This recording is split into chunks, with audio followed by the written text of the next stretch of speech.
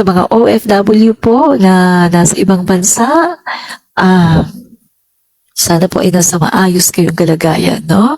At kung ano man po yung mga ginagawa ngayon, sana ay huwag natin kakalimutan na mag-pray palagi at humingi po tayo ng gabay sa ating Panginoon, no? Nang sa ganun po ay palagi tayong gagabayan sa lahat ng ating mga ginagawa, no? So, ngayon po mga kaibigan, ang ating pong ibabalita, i-flex mo natin mga kaibigan ay ito po, no? So, PHI's permanent military facility in Ayungin Shoal. So, ito po mga kaibigan, Philippines gears up to build a permanent military facility in the Ayungin Shoal. The project is to be put in motion despite China's warning to the Philippines to avoid creating trouble in the South China Sea. So mga kaibigan, alam naman natin no, na ang foreign policy po ng ating Pangulo, no, lalong-lalo na regarding with the West Philippine Sea, ay matibay po ang paninindigan ng ating Pangulo na sinasabi niya not even a square inch of our territory na mawawala. So, walang pwedeng mawala na teritoryo, no? So, dyan po sa West Philippine Sea, mga kaibigan, dyan po sa may Ayungin Shoal, yung sa atin po dyan ay sovereign rights na tinatawag. Sovereign rights kasi hindi naman po yan, wala pong lupa, no? Yan po ay karagatan. Tubig po yan, no? Usually, dyan sa West Philippine Sea, ay hindi po siya katulad ng ibang mga isla natin na kapag halimbawa, low tide or low tide, ay meron pong nakikita na isla, no? Pero dyan po sa West Philippine Sea, wala po wala naman pong lupa, wala pong isla na tinatawag, kundi karagatan siya. So, ang meron po tayo dyan, kapag karagatan, hindi po siya teritoryo, no, na matatawag yung land territory, kundi meron po tayo dyan sovereign rights na tinatawag dyan sa pinag-aagawan, no, ng Pilipinas at saka ng China. So, atin pong linawin na yung pinag-aagawan po dyan, usually, atin po talaga yan. Kasama po yan doon sa exclusive economic zone ng Pilipinas, yung sa ating EEZ. At siya po ay napanalunan po natin yan sa 2016, no? Yung arbitral ruling. So sovereign rights po yan natin. Sovereignty kapag karagatan. Opo, sovereign rights ang tawag dyan, no? Hindi po yung territory, kundi sovereign rights lang yung atin, no? So, ibig po sabihin, ang pwede po natin gawin dyan, tayo po ang may karapatan na mag-explore, mag-discover kung ano man yung pwede nating mapakinabangan dyan sa sovereign rights natin, dyan sa karagatan, no, ng West Philippine Sea. So, tayo po ang may karapatan. Halimbawa, gusto natin mag-dig ng oil, tayo po yun. Kung gusto po natin pakinabangan yung mga corals, yung mga isda, sa atin po yun. Tayo yung may karapatan. Ngayon, ang nangyari po kasi, itong China, ginigiit nila na sa kanila yon, na alam naman natin na napakalayo nun sa kanila, mga kaibigan, 500 to 600 nautical miles. Samantalang sa karagatan natin, sa seashore natin, ay napakalapit lang, no? Nasa around, sa may malapit yan sa Zambales, mga kaibigan, around 50 to 60 nautical miles, mga ganyan lang, mga kaibigan. So, ibig sabihin, sa China, napakalayo nila, no? Tayo, kumbaga, napakalapit, tanaw na tanaw lang, malapit na malapit lang talaga. Pag pinuntahan yan ng mga mangingisda natin, sobrang lapit. Kaya talagang very ironic, mga kaibigan, na inaangkin nila yung karagatan natin na napakalapit lang sa atin, no? Under our EEZ, Exclusive Economic Zone. Binabantayan ngayon ng China yung galaw ng Pilipinas. Kasi nga, mga kaibigan, yung Pilipinas ay nagbabalak na tayo. Actually, sa ibang mga isla, meron na tayong itinatayo, no? may mga tinatayo na tayo na yung mga military posts, no? Pero dito sa Ayungin Shoal ay nagbabalak na ang Pilipinas na talagang magtayo ng permanent military facility dyan sa Ayungin Shoal, mga kaibigan. Yang inaangkinayan ng China na kung saan nakadaong doon yung BRP, Sierra Madre. Ano yung ating warship na nabubulok na, no? So, mga kaibigan, ang China, sinasabi nila, nagagaslight na naman sila, mga kaibigan, at ano sila ng balita, no? Nagbibigay sila ng balita, ng statement sa international community na ang Pilipinas ay naghahanap daw tayo ng trouble, no? Yun ang sinasabi nila. So, mga kaibigan, eto na nga, no? Inaabangan ngayon ng China yung galaw ng Pilipinas kasi nakakatunog na ang China. Mga kaibigan, palagay ko sa tingin ko, sa palagay ko lang, yung mga makapili dito, di ba, meron ditong mga makapili, mga Pilipino daw sila, pero yung pinapanigan nila ay ang China. Sa palagay ko lang, mga kaibigan, etong mga ito, sila yung nagtitimbre din sa China tungkol sa mga activities na ginagawa ng Pilipinas dyan sa West Philippine Sea. Kasi kita nyo, nalalaman nila, no? Nalalaman nila kapag merong mga ginagawa ang Pilipinas, nalalaman agad ng China. Alam naman natin na marami dito mga bayaran, di ba? Maraming mga makapili, katulad na lang nila Sason, no? Na Alan Troy. So, open secret na yan, mga kaibigan. Di ba sinabi na yan ni Senator J.B. Ejercito na itong mga to ay talagang mga bayaran ng China, di ba? Na ayon doon sa kanyang intel, lumabas, binabayaran itong mga ito para sila ay kumbaga maging mouthpiece ng China. At ine-echo nila, pinaparot nila, no? Yung mga statement ng China, yun ang kanilang pinapakalat, no?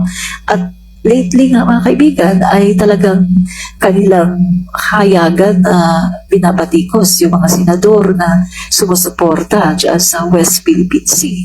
At binabatikos sila si Defense Secretary Gibo Teodoro, sina Commodore Tariela, binabatikos nila kasi na talagang pinagtatanggol yung West Philippine Sea. And even si Senator Big Zubiri, no? And then si Speaker Martin Romualdez. At eto nga, mga kaibigan, ayon sa balita, si Speaker Martin Romualdez, mga kaibigan, ay itong Kongreso maglalaan talaga ng budget, no? This 2024, mga kaibigan, na babudgetan etong itatayo ng permanent military facilities sa Ayungin Shoal. At kagandahan pa yun, mga kaibigan, kasi magkakaroon din ng mga shelter, no? Yung ating mga fisher folks, no? Pwede silang mag-shelter muna dyan habang sila ay magigisda, no? Para hindi na sila muna uwi sa bahay, or kung abutan sila ng mga bagyo, no? So, makakapag-shelter sila dyan, mga kaibigan, no? So, maganda siya. Maganda itong hakbang ng gobyerno. Dahil talagang ito, mga kaibigan, ay nagpapatunay na talagang seryoso yung ating gobyerno para talagang ma-assert natin yung ating karapatan dyan sa West Philippine Sea. Diba? Sana ay matuloy na to, no? At ang gobyerno natin, si PBBM, ay talagang seryoso. No? Ang sabi niya, mga kaibigan, ay lalong nagiging matibay yung ating hangarin, no? Para talagang i-assert yung ating karapatan sa West Philippine Sea. Nakakalungkot lang isipin. Kasi mga guys, kita nyo naman na hindi united yung Pilipinas, di ba? Hindi united kasi marami ditong makapili. Tapos yung former president natin, alam niyo naman yung stand niya, di ba, pagdating sa China, sa West Philippine Sea, kinakampihan niya. Yung vice president natin, Sara Duterte, kita niyo naman, di ba? Walang statement. Parang walang pakialam. Binuli na lahat ng China, wala pa rin siyang masabi. Hindi pa rin siya nagsasalita. Pero meron siyang sinasabi sa ibang mga issue. Diba? So ano yun? Kaya nasabi ko, mga guys, no? Kailangan magtutuloy-tuloy itong ginagawang effort ng ating gobyerno. At ang nakakabahala nito mga guys, pag natapos na yung termino ni PBBM. No? Kaya lagi kong sinasabi mga guys, yung iboboto natin presidente, kailangan yung presidente na katulad din kay PBBM, yung ipagtatanggol niya rin yung ating sovereign rights dyan sa West Philippine Sea. So, mga guys, nalaman natin na kaya naman pala ayaw nilang kumibo pagdating sa West Philippine Sea kasi meron pala silang malaking ano ba tawag doon, yung utang na loob. May malaking utang na loob ang mga Duterte sa China kay Xi Jinping, mga kaibigan, no? So, yan ako. So, sabi ko nga mga guys, sila yung may utang na loob, pero dinadamay nila tayo, no? Dinadamay tayo ni RRT. Sila yung may utang na loob, pero pati yung ating sovereign rights ay pinamimigay, di ba? So, anong klase yun? So, ito yung mga guys, oh. Ito yun, ang sabi niya dito, yung mga barko natin nandyan ngayon sa pag-asa, saan pa? We will not move an inch backward. Ayoko nga makipag-away sa China. Ayoko sa lahat. Inuulit ko, may utang na loob kami. Malaki. Malaki ang utang na loob. Buhay ang itinulong niya sa amin. Pero yung naman ng bayan namin, sana naintindihan nyo. Kung hindi nyo maintindihan, magkakaroon talaga tayo ng problema. So sinasabi niya dito mga guys ni RRD na malaki ang utang na loob nila sa China. Silang pamilya at saka yung bayan nila, yung Davao.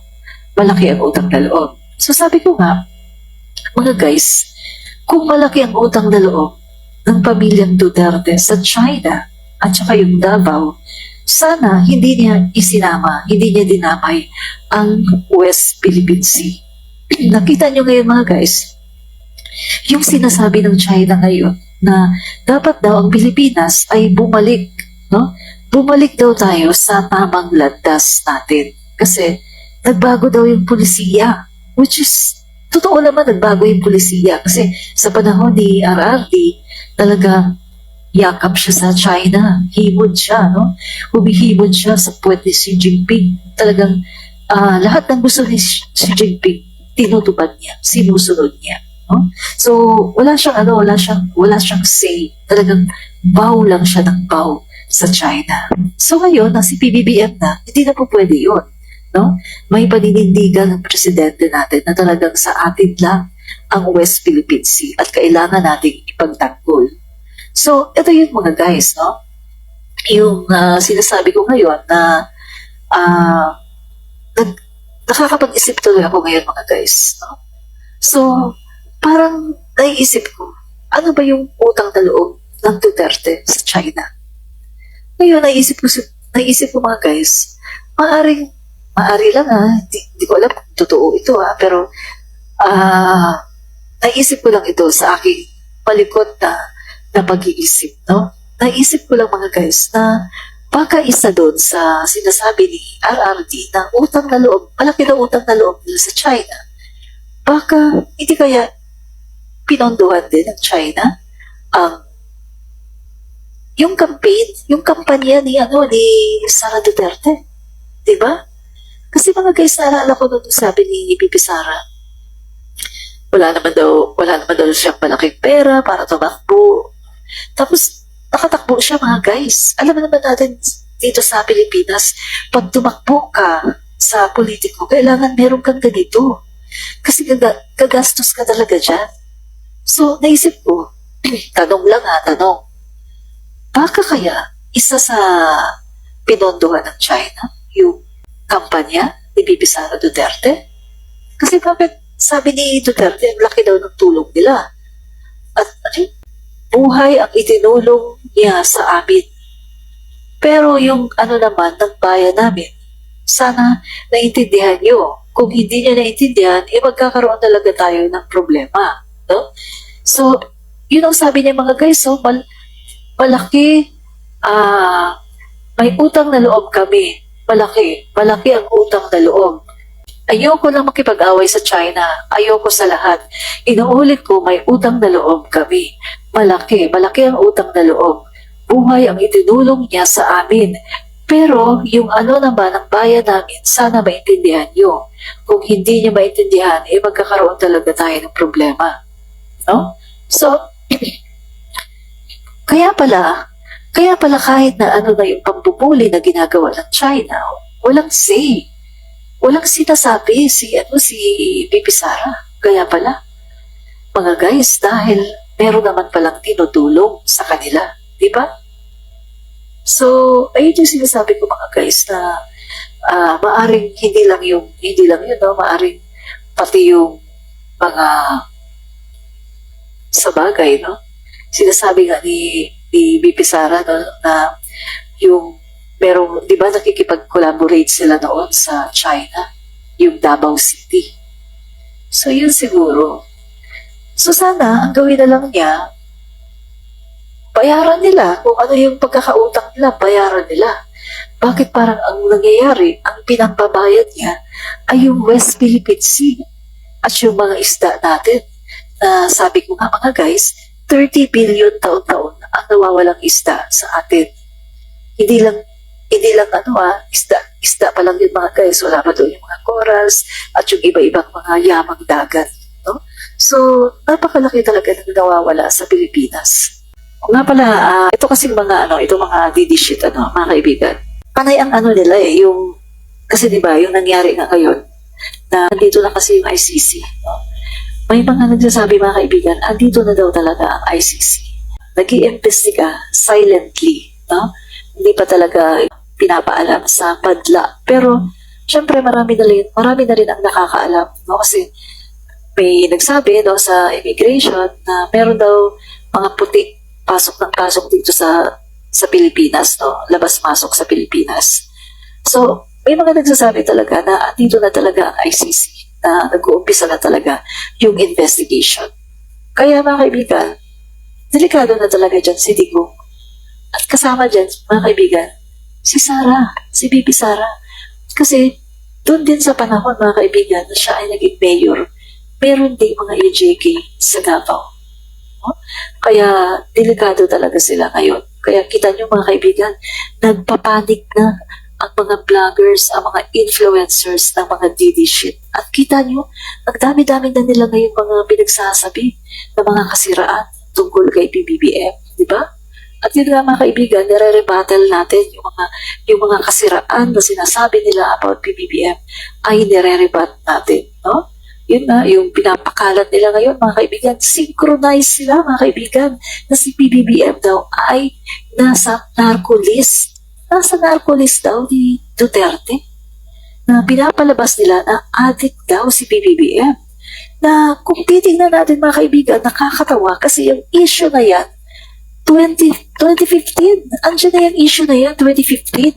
At kita nyo naman noong panahon na yan, no, mga kaibigan, merong nag-challenge sa mga kandidato na magpa-drug test. Anong sabi ni PBBM? Okay. Nag-okay si PBBM na magpa-drug test. And then, ang Liberal Party, hindi, ayaw nilang pumayag na magpa-drug test. No? Itong May 9, 2022 election, nakita niyo naman mga kaibigan, di ba? 2 beses si PBBM na nagpa-drug test. Mga kaibigan, ito tanong ko. Si Duterte ba? Nagpa-drug test? Yan si Duterte. Si RRD. Nagpa-drug test pa yan? Hindi ba hindi? Hindi siya nagpa-drug test. Si Bibi Sara ba nagpa-drug test pa? Parang wala din. Parang ang nagpa-drug test lang sa pagkakaalam ko si PBBM, si Isko Moreno. Parang dalawa lang sila ang nagpa-drug test. No? Si PBBM at saka si Isko. Hindi nyo magalaw si PRRD at Sara, kawawa kayo. Huwag nyo pag-awayin si PBM at Sara. Best friend yan, sila dalawa. Alam nyo, hindi namin sila pinag-aaway. No? Ang totoo, yung mga DD shit, kayo talaga ang nagpapaaway. No? Ang nangyayari lang ngayon mga kaibigan ay, kumbaga, yung action ngayon ng mga Marcos loyalists at Marcos supporters na mga vloggers at mga influencer ay nire-rebuttal namin yung inyong mga fake news, mga kaibigan. Yung mga fake news na mga DD shits, nire-rebuttal namin at aming pinapasinungalingan yung mga panlalait, yung mga pagbababoy nyo sa aming presidente. Hindi na namin matake. Hindi na kami mag-hold on sa unity. Kasi, bakit pa kami mag-hold on sa unity? Bakit pa namin susuportahan si Sara Duterte? Samantalang, everyday naman ay dinadown ang presidente namin na hinalal namin. Diba? So, tanga na lang mga kaibigan. Tanga at bobo yung mga tao na mag-hold on sa unity. Sa totoo lang. Kasi sa totoo lang huwag na tayo mag-hold on sa unity. Kung ganun lang naman din yung presidente, binababoy nyo, below the belt, kung ano-anong pinagsasabi nyo. Sara Duterte, naisip ko nga, di ba, siguro may basbas ni Sara ang mga ginagawa ng mga DD shits. No? Kasi hindi siya kumikibo Biro niyo mga kaibigan, ng panahon pa lang ng eleksyon, binabanata na si PBBM ng mga DD shits at saka ni RRT. Binabanata na. Sinisiraan, nagko-cocaine, kesyo weak leader, kesyo ganyan-ganyan. Lumalabas ngayon, siya naman pala ang weak leader at yung anak naman pala niya ang spoiled brat. Diba? Kaya mga kaibigan, alam niyo, sa totoo lang ibabalik natin itong sinabi ni RRT. Meron dito kung sinabi si RRT. Dali Meron siyang statement dito mga kaibigan. No? Ibabalik natin sa kanya, no? Kasi, tingnan natin May statement siya dito Ito. Ito mga kaibigan yung sinabi niya. Yan. April 1, 2020. Yan ang sinabi niya. Do not intimidate government. Do not challenge government. Matatalo kayo, sigurado. Magtiis na lang siguro kayo ng delayed delivery, pero dadating yan at hindi ka magugutom, hindi ka mamamatay sa gutom. So mga kaibigan, sinabi niya siguro ito baka sa mga ayuda, no? Pero ibabalik natin sa kanya. Gagamitin natin ito mga kaibigan. Kasi di ba, meron kayong mga gustong magpabagsak sa gobyerno ni PBBM. No? At yun may nakarating kay PBBM na si RRD, kinakausap niya ang mga retired generals. Ang kaso mga kaibigan, yung mga retired generals ay pumunta kay PBBM at nagsumbong. So ang nangyari, balita ko mga kaibigan, sobrang dismayado si PBBM sa asal ni RRD. Sobrang dismayado. So, bakit madidismaya si PBBM? Kung maganda ang sinabi ng mga generals, no? Mga retired generals. So, ang ibig sabihin lang nito mga kaibigan, merong sinabi ang mga retired generals na hindi maganda. No? Kaya, kung i-analyze natin, baka ang sinabi ni RRD sa mga generals, baka tungkol nga talaga, baka totoo nga talaga yung sinasabi ni AFP Chief of Staff Browner na merong destabilization plot kay BBM. Baka totoo nga talaga na kinakausap ni RRD yung mga generals para himukin na patalsikin si BBM. Diba? Gets niyo mga kaibigan? Kasi bakit biglang magbabago yung ihip ng hangin?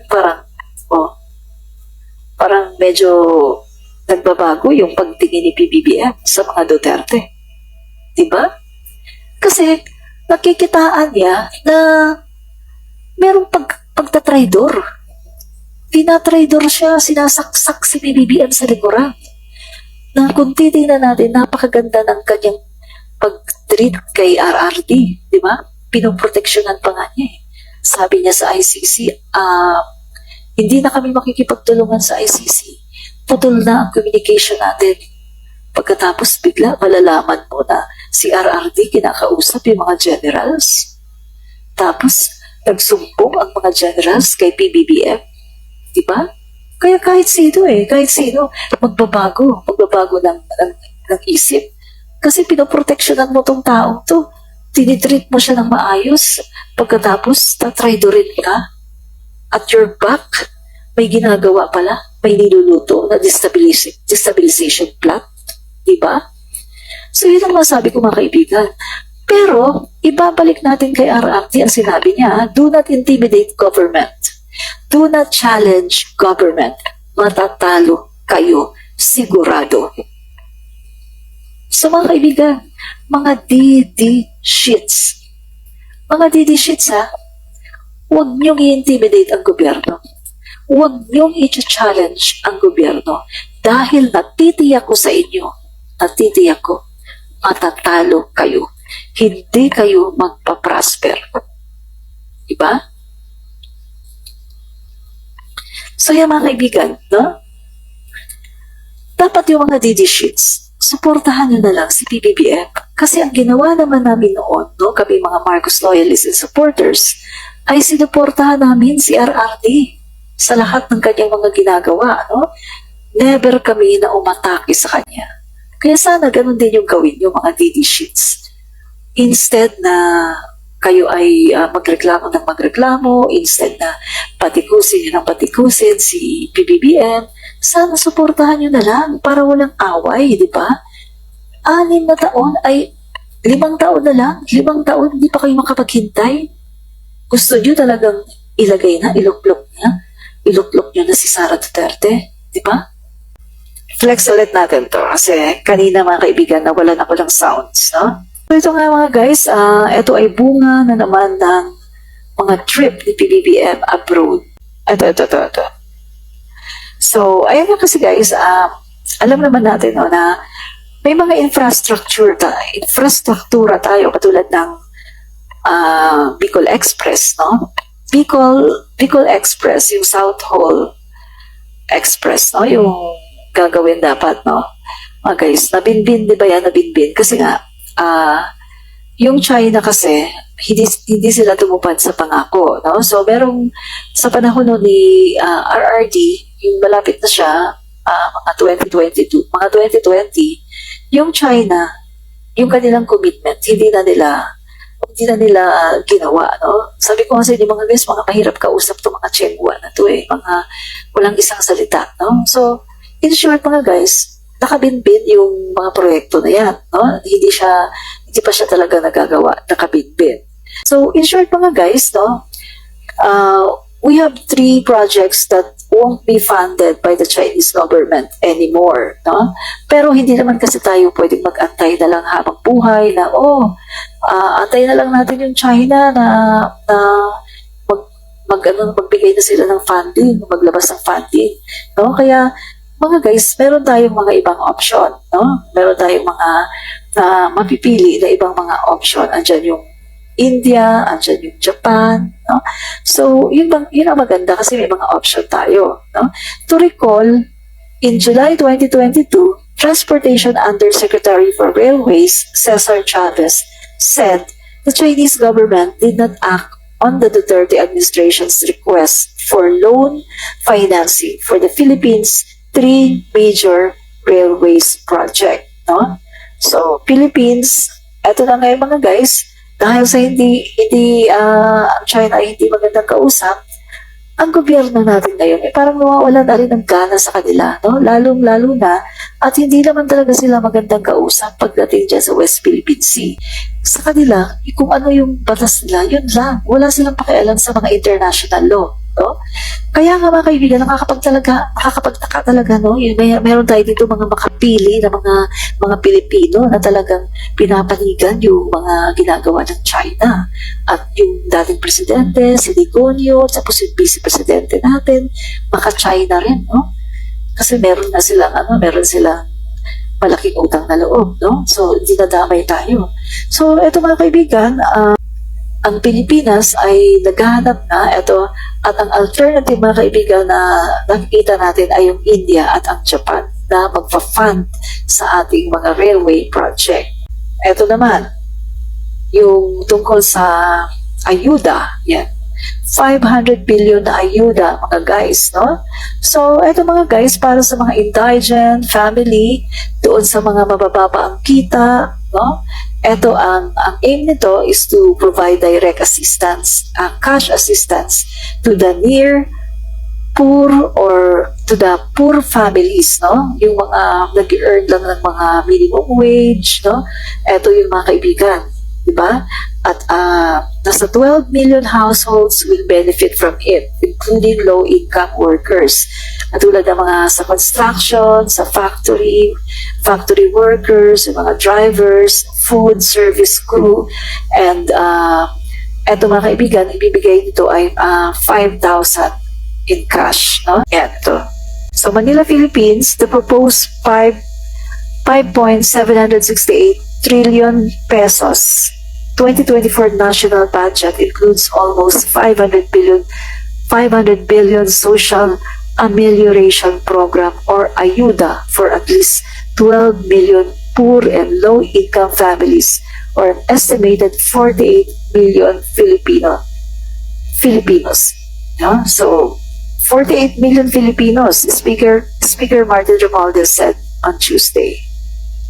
So for the first time, mga kaibigan, under the administration of President Ferdinand Marcos Jr., we are allocating 500 billion pesos, or about 9% of the national budget, as assistance to the poor and households with insufficient income. No? So Martin Romualdez said, and as he thanked Ako Bicol Representative Saldico, Chairman of the House Committee on Appropriations. No? So mga kaibigan, maganda to dahil at least merong matatanggap na ayuda. No? Aside from sa pagpapadami ng mga jobs, at least matutulungan pa rin talaga yung mga low-income family. No? Hanggat hindi pa rin naabot talaga yung talagang gusto ng Pangulo na maging talagang at least middle, no? Hindi yung low income, at least nasa middle man lang, no? So mga kaibigan, ang aim talaga ng Pangulo natin ay pag-alis niya sa 2028, at least 1 digit na lang ang poverty level natin, no? Ang porsyento. At maganda pa ito rin mga kaibigan dahil ang aim ng Pangulo natin, pagbaba niya, ay yung hindi siya mag-iiwan ng external debt doon sa susunod na Pangulo. No? So, yung alam naman natin, si Tatay Digong, iniwanan kay PBBM ang napakalaking utang, lobong, ang laki-laki ng utang, di ba? Iniwan kay PBBM. Pero si PBBM, ang aim niya, pag-alis niya, ay hindi siya mag-iiwan ng utang sa Pangulo na papalit sa kanya. Ganda, di ba, mga kaibigan? So, ibig sabihin, makakaahon tayo, mga kaibigan. At kapag nangyari yun, mga kaibigan, ibababa talaga yung ating inflation, no? Bababa talaga, mga kaibigan, lalo na kasi merong mga proyekto, mga kaibigan, tungkol sa energy, tapos kapag nakapagtig na tayo ng oil dyan sa West Philippine Sea, di ba? Kasi yan talaga yung gusto ng plano ng gobyerno na makapagdig tayo ng oil dyan sa West Philippine Sea. No? Kaya nga, nagkakaroon tayo ng mga exercises, no, with US, Australia, kasi yun talaga yung aim natin na mapakinabangan naman natin yung yaman ng ating karagatan. No? So, maganda yan mga guys. At ito nga sa panahon nga ni PBBM ay yung mga isla natin, mga kaibigan, na alam naman natin na may mga EDCA, di ba?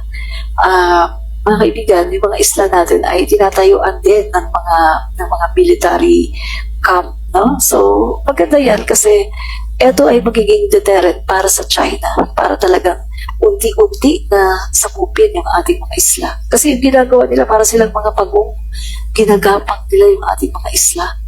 At inuunti-unti nila, mga guys. Alam niyo ba kung bakit gano'n na lang katindi talaga ng kanilang pagbubuli sa atin ngayon? Kasi desperado na talaga ang China. Kasi, biro mo galing sa isang administrasyon na parang halos sinasamba na si Xi Jinping, di ba? Ni Duterte. Tapos pagdating ngayon kay PBBM, talagang napakatigas.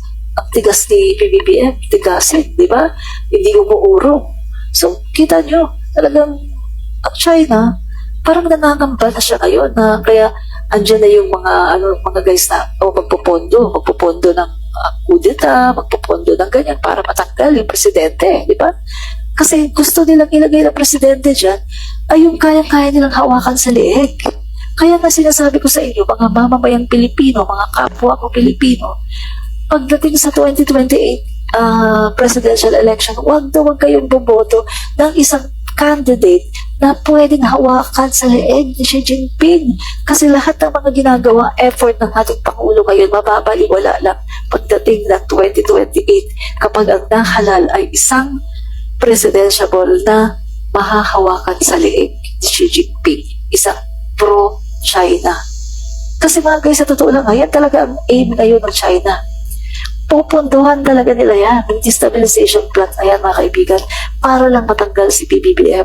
Nang sa ganun, matupad yung kanilang hangarin dyan sa West Philippine Sea, ang sakupin yung ating karagatan. Ang magulo talaga magulo yung ginagawa ng China. Pero sabi ko nga mga guys, maganda yung ginagawa din ng Pangulo natin kasi talagang nakikipag-collab siya sa mga iba-ibang mga bansa, kanyang pinapalawak yung ating international relations, no, sa iba-ibang mga bansa. At lahat talaga ng mga ginagawa ng China ngayon, no, pambubuli o broadcast kaagad sa buong mundo. So yung China, hindi sila nakakapagtago. Wala silang maitago ngayon kasi lahat ng ginagawa nilang kasamaan, mga pambubuli, alam agad ng buong mundo. So ang resulta nito mga guys, yung maraming mga bansa, no, sa buong mundo ay tayo sa atin kumakampi, di ba? At nakakakuha tayo ng mga suporta. Ayun ang maganda. Kaya lalong ang China ngayon mga guys, lalo silang nagagalit. Pero sa galit nila mga guys, hindi nila tayo magawang girahin. Kasi sabi ko nga sa inyo ang China, hindi sila makikipaggera ngayon. Pero anong sinasabi ng mga influencers, ng mga vloggers, ng mga DD shit? Gigirahin daw tayo ng China. Sinasabi nila, ay gigirahin tayo ng China. Sige, kapag hindi kayo nag-iingat, gigirahin tayo, mapupulbos tayo dito.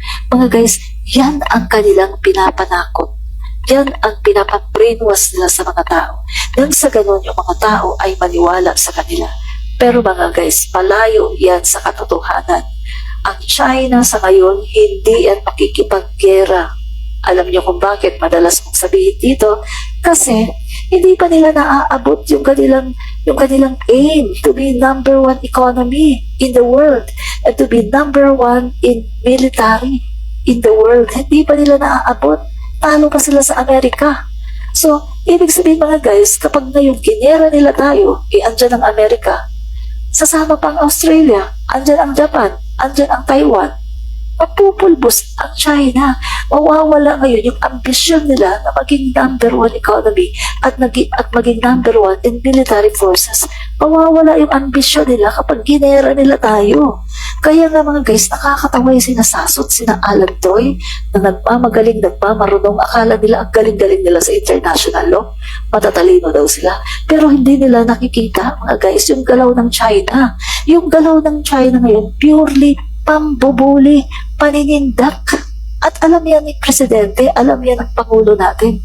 Kasi matalino yung Pangulo natin, mga guys. Naninindak ang China. Sinisindak tayo, o kapag nasindak ka, ay patay, wala na. Magiging katulad kay Duterte. Halos sinasampa ang China. Ibigay lahat, o ibigay na natin yung ating mga isda. O ibigay na natin yung karagatan na yan. Wala namang isda dyan. Diba? Pero sa totoo lang mga guys, no? Ayon sa pag-aaral, ang laki-laki ng nawawala sa Pilipinas every year, 30 billion dahil dyan sa ginagawa ng China. Diba? 30 billion worth of fishes ang nawawala sa atin every year dahil sa ginagawa ng China. So, hindi na papayag dyan ang Pangulo natin mga guys. At eto nga mga guys, bumibili ng mga bagong equipments, no? Mga jet fighter at nagpaplano pa na mag-avail ng mga submarine, etc. Talagang papalakasin yung ating armed forces. Yan talaga ang maganda, mga guys, na talagang palakasin ang armed forces natin. Bukod sa meron tayo mga big brother, Amerika, andyan yung EDCA, at andyan yung iba-ibang mga bansa, ay at the same time, pinapalakas natin ang ating military forces, no?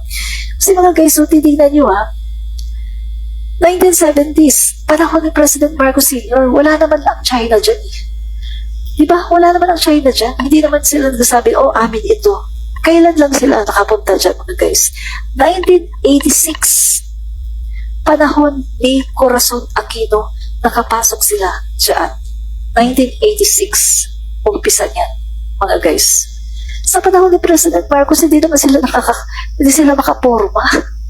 Takot sila kay President Marcos, mga guys. Kasi sa panahon ni President Marcos, mas malakas ang military forces natin. Pangalawa tayo sa Japan, dito sa Asia. Kita niyo nga, mga guys, kapag yung mga kaedad ko, kung natatandaan niyo, yung mga kaedad ko, panahon ni President Marcos, kapag may mga gera sa ibang bansa, nagpapadala tayo, di ba, ng mga sundalo?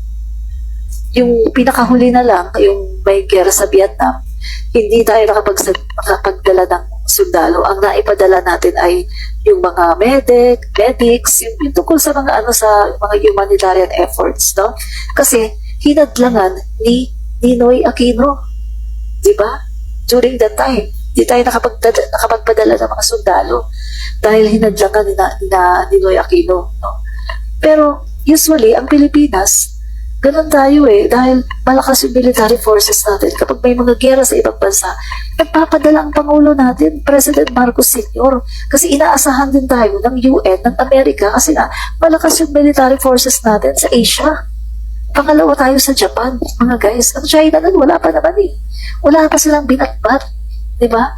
Pero ngayon napag-iwanan nila tayo kasi nung pinadalsik si President Marcos Sr., napabayaan na ang military natin, napabayaan ang AFP. Doon na nag-umpisa, mga guy, na ang China ay pumasok dyan sa West Philippine Sea, 1986. Ang nangyari ngayon, problema na natin ngayon yan. Dati wala naman tayong problema tungkol sa West Philippine Sea. Pero ngayon, halos lahat ng mga Pilipino namumroblema na tayo. Kasi mga guys, concern dito, hindi lang kasi yung dagat. Sinasabi ni Digong, ay dagat lang naman yan. Ay yung arbitral ruling, ay papel lang naman, lamukusin mo lang itapon sa basura. Hindi ganun, mga guys. Involved dito yung ating kinabukasan ng mga anak natin, mga kaapu-apuhan natin. Soberenya natin yan. Kapag hindi natin pinagtanggol yan, mga guys, ay parang mawawala na yung natin, yung kumbaga, mawawala na yung bearing natin sa buong mundo. Alam niyo ba kaya ang Pilipinas, very strategic place tayo, mga kaibigan. Alam niyo ba na napaka-importante ng Pilipinas sa buong mundo? Kasi isa yan sa dahilan yung West Philippine Sea na yan, mga kaibigan. Diyan lahat dumadaan yung mga kalakalan, iba-ibang mga barko. Meron diyang tinatawag na freedom of navigation.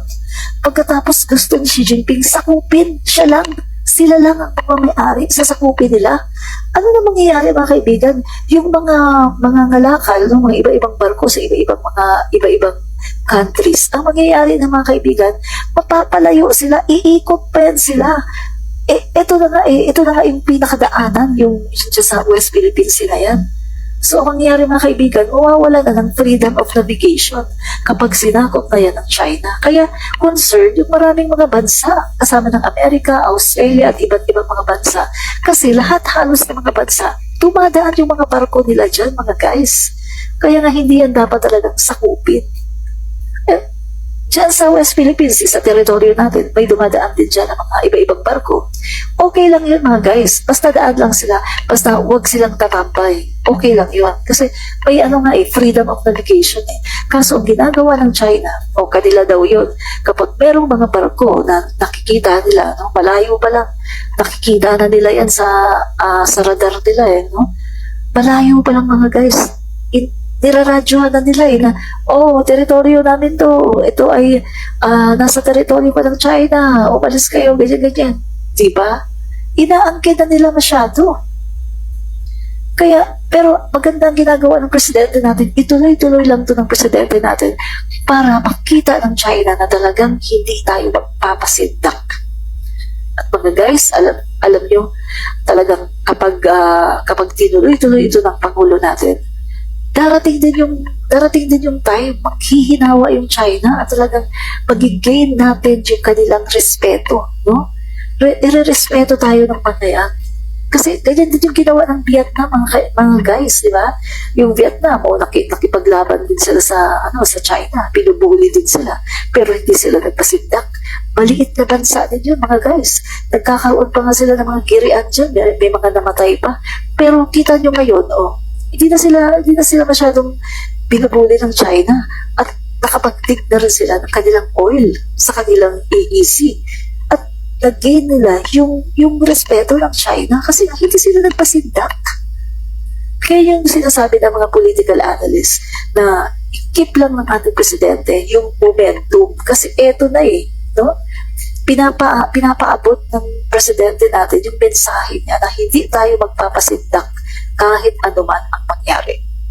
At totoo mga guys, hindi tayo ngayon gigirahin ng China. Kita niyo mga guys tingnan niyo bakit sobrang concern ng iba-ibang mga bansa sa Pilipinas?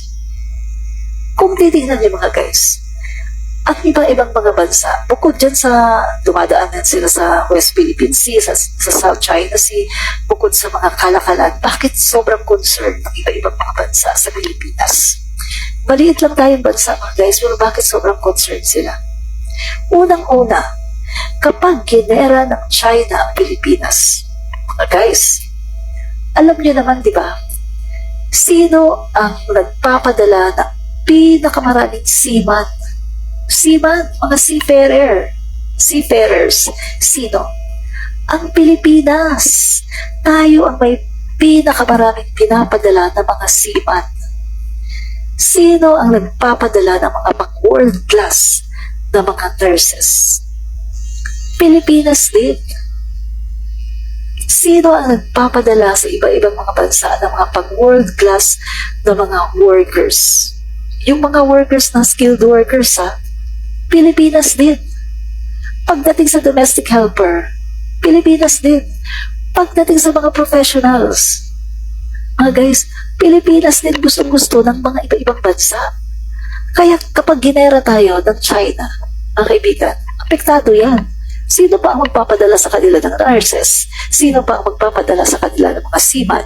Sino pa ang magpapadala sa kanila ng mga builders? Sino pa ang magpapadala sa kanila ng mga construction workers? Sino pa ang magpapadala sa iba-ibang bansa ng mga domestic helpers? Sino pa ang magpapadala sa iba-ibang mga bansa ng mga professionals sa mga hotels, no? Mga managers? Mawawala na pag ginera tayo ng China.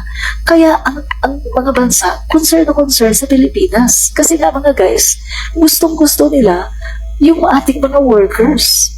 Yun din ang edge natin na yung mga Pilipino, naka-spread out tayo sa buong mundo.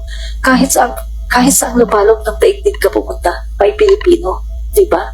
At kahit sa lupalong ng daigdig ka pumunta, talagang ang Pilipino ay pagdating sa pagtatrabaho, angat tayo sa iba, tayo talaga ang pinipili, mga guys. Kaya maraming concern sa Pilipinas, marami ang nagmamahal sa mga Pilipino. Sa mga beauty pageant nga lang, di ba? Mga beauty contest. Di ba mga guys? Kaya nga dinadaya na lang tayo ng Thailand Kasi talagang ang Pilipinas sobrang lakas, di ba? So, kaya mga guys, eto ang masasabi ko sa inyo. Huwag na huwag kayong boboto ng mga politiko na pro-China. Lalong-lalo na kung presidente. Huwag na huwag kayong boboto ng pro-China na kandidato sa presidente. Kasi, pag presidente mga kaibigan, siya yung magde-decide ng foreign policy. At kapag pro-China, alam nyo na, mababaliwala ang effort ni BBBM. So mga kaibigan, no to pro-China. Sino yung mga pro-China? Duterte. Sino yung mga senador na pro-China? Robin Padilla. Sina Pato. Yung mga PDP laban. Mga pro-China yan, di ba? O. So mga kaibigan, alam niyo na ha, pagdating sa eleksyon, huwag boboto ng mga pro-China. Kawawa ang Pilipinas. So yun lang po muna mga kaibigan at matutulog na po ako. Maraming po salamat. Bye-bye. Fight fake news, expose the truth. Bye. Kita nyo na mga guys. Admin Ang Reach. pinapakalat na balita ng mga taong gusto lang talaga Israel. Comentarista. Nakikita naman natin na ang kanilang mga pinapakalat ay walang katotohanan. Paano pa man karami ng mga taong sa iyo ay nagagalit, ang talaga naman ikaw ay hindi ba? Pero, galingan mo lang. Dagdagan mo pa, mga kaibigan. At the end of the day, performance doesn't lie. Ito po mga kaibigan, muli si Admin Rich. Fight fake news, expose the truth. Fight fake news and expose the truth. Fight fake news and expose the truth. Fight fake news, expose the truth. Fight fake news, expose the truth.